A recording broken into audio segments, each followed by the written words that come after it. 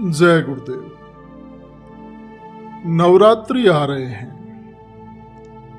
ये 9 दिनों का समय ये सिर्फ एक वार्षिक उत्सव नहीं है, बल्कि हमारे जीवन को पूरी तरह से बदलने का, हमारे शरीर और हमारे मन को शुद्ध करने का ये एक बहुत ही बड़ा मौका है, एक सुनहरा अवसर है।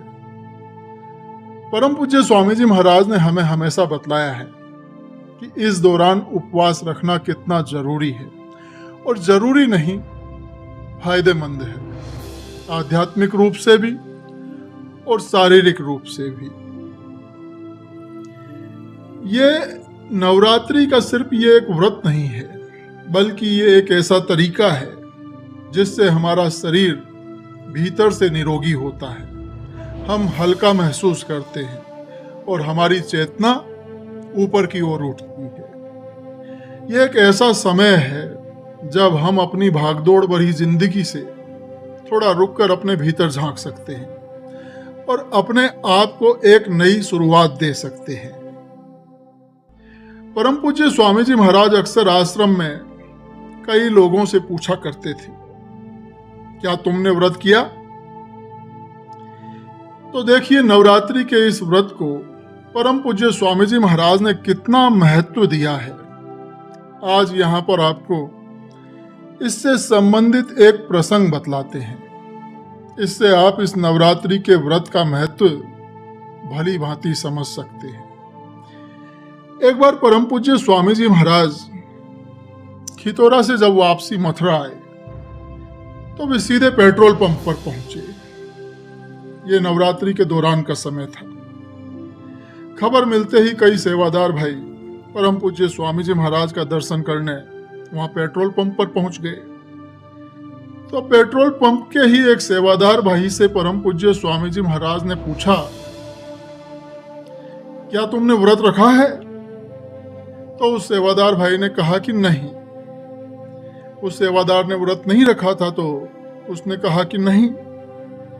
तो परम पूज्य स्वामी जी महाराज ने उस सेवादार से कहा कि अगर 9 दिन खाना नहीं खाते तो क्या मर जाते? तो ये जब सेवादार उस भाई ने सुना तो वो कुछ बोल नहीं पाया। तो परम पूज्य स्वामी जी महाराज ने इसी बात को फिर से दोहराया कि अगर 9 दिन खाना नहीं खाते तो क्या मर जाते? तो ये बात जब सुनी तब ये महसूस हुआ कि परम पूज्य स्वामी जी महाराज इस व्रत को कितना महत्व देते हैं। फिर परम पूज्य स्वामी जी महाराज ने दूसरे सेवादारों से भी पूछा, क्या तुमने व्रत रखा? तो उनमें से कई प्रेमियों ने व्रत रखा था। तो उन्होंने बताया कि हाँ स्वामी जी, हमने व्रत रखा है। तो स्वामी जी महाराज ने उनके सिर पर हाथ रखकर उन्हें आशीर्वाद दिया और बोले कि बहुत अच्छा, ये व्रत रखना चाहिए।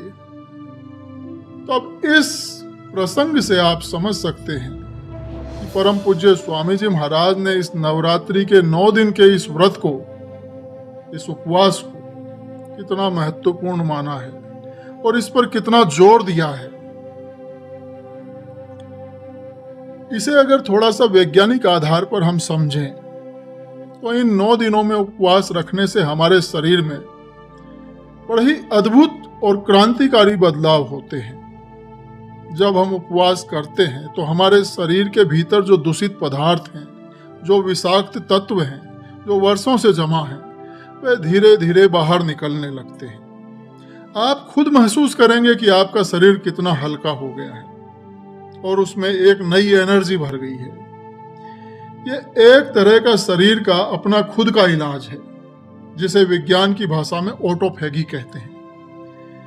जब हम खाना खाना बंद करते हैं तो शरीर की सारी ऊर्जा भोजन को पचाने में लगने के बजाय शरीर के अंगों की अंदरूनी सफाई में लग जाती है, उसके मरम्मत के काम में लग जाती है।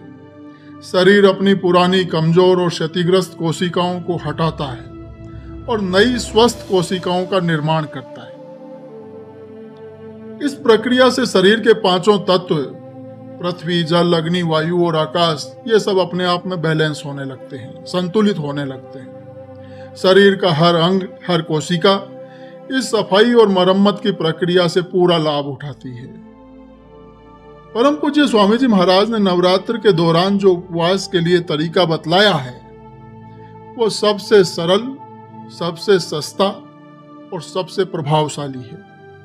9 दिनों तक केवल नींबू पानी पर रहना। ये सुनने में भले ही कठिन लगे, लेकिन ये उपवास का सबसे शक्तिशाली रूप है। नींबू पानी सिर्फ एक पेय नहीं है, बल्कि ये एक प्राकृतिक रूप से शरीर को डिटॉक्स करने का सबसे उत्तम साधन है। नींबू में मौजूद विटामिन सी और एंटीऑक्सीडेंट्स शरीर की रोग प्रतिरोधक क्षमता को बढ़ाते हैं और लीवर की कार्य क्षमता को बड़े ही बेहतरीन तरीके से सुधारते हैं। शुरुआती 2-3 दिनों में शायद आपको थोड़ी परेशानी महसूस हो सकती है, भूख लग सकती है, सिर में हल्कापन या थोड़ी आपको कमजोरी महसूस हो सकती है, लेकिन थोड़ा सा आप संकल्पवान रहिए।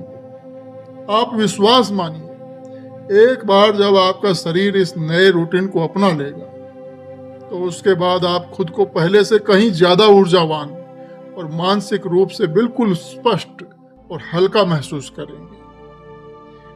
नींबू पानी में आप चीनी मिलाइए, और चीनी इस्तेमाल न करते हो तो आप मिश्री का इस्तेमाल आप कर सकते हैं।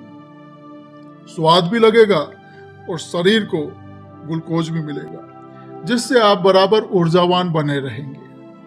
और जब भी भूख लगे तो खूब नींबू चीनी पानी पीजिए, जितना आप पीना चाहें उतना पीजिए। ऐसा करने से पूरा शरीर भीतर से साफ हो जाता है। शरीर के भीतर जो खिंचाव नॉर्मली नीचे की ओर होता है, वो स्वाभाविक रूप से ऊपर की ओर होने लगता है। हर कोई पूरे 9 दिन सिर्फ नींबू पानी पर नहीं रह सकता, जैसे कोई बड़े बुजुर्ग हैं, रोगी हैं। इसलिए परम पूज्य स्वामी जी महाराज ने कुछ बहुत ही व्यवहारिक और आसान विकल्प भी दिए हैं, ताकि हर कोई अपनी क्षमता के अनुसार इस महापर्व का लाभ उठा सके। अगर आप 9 दिन नींबू पानी पर नहीं रह सकते हैं तो कम से कम शुरुआती 3 दिन तो आपको नींबू पानी पर रहना ही चाहिए। 3 दिन तो नींबू पानी पर आपको उपवास करना ही चाहिए। यह भी आपके शरीर को डिटॉक्स करने के लिए एक शानदार शुरुआत होगी और इसके फायदे आपको महसूस होने लगेंगे। फिर अगर आपको भूख लगे तो आप भुने हुए आलू खा लीजिए, और भुने हुए आलू अगर उपलब्ध नहीं है या सुविधा नहीं है तो उबले हुए आलू भी आप खा सकते हैं। आलू एक पौष्टिक और ऊर्जा देने वाला भोजन है। यह आपको उपवास के दौरान कमजोर महसूस नहीं होने देगा, बल्कि शरीर को जो भी जरूरी कार्बोहाइड्रेट्स हैं ये उनकी पूर्ति कर देगा, और इसे खाने से पेट भी भरा भरा आपको महसूस होगा। और फिर यदि नहीं रहा जाता है तो आखिर के 2-3 दिन जो बचे हैं उसमें आप समा के चावल भी खा सकते हैं।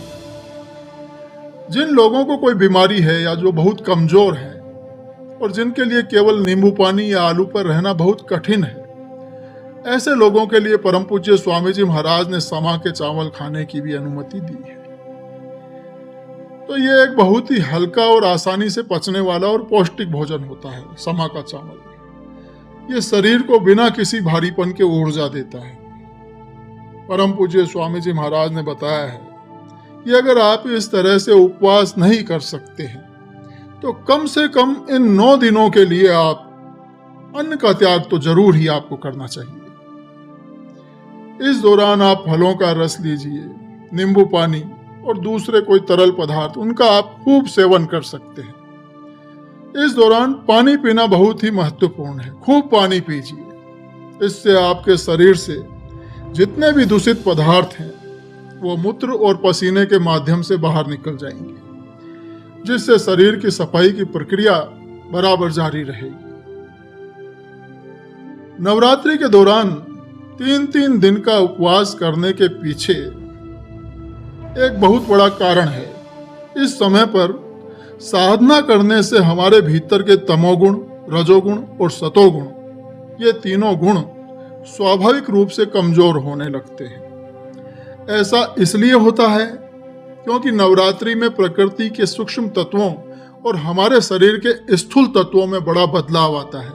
तब्दीली होती है। ये बदलाव साल में 2 बार आता है, एक चैत्र में और दूसरा इन नवरात्रि में। इस खास समय में उपवास करने से उन गुणों को खत्म करने में, दबाने में मदद मिलती है। परम पूज्य स्वामी जी महाराज ने बतलाया है कि नवरात्रि का ये पर्व भजन करने वालों के लिए एक महापर्व है।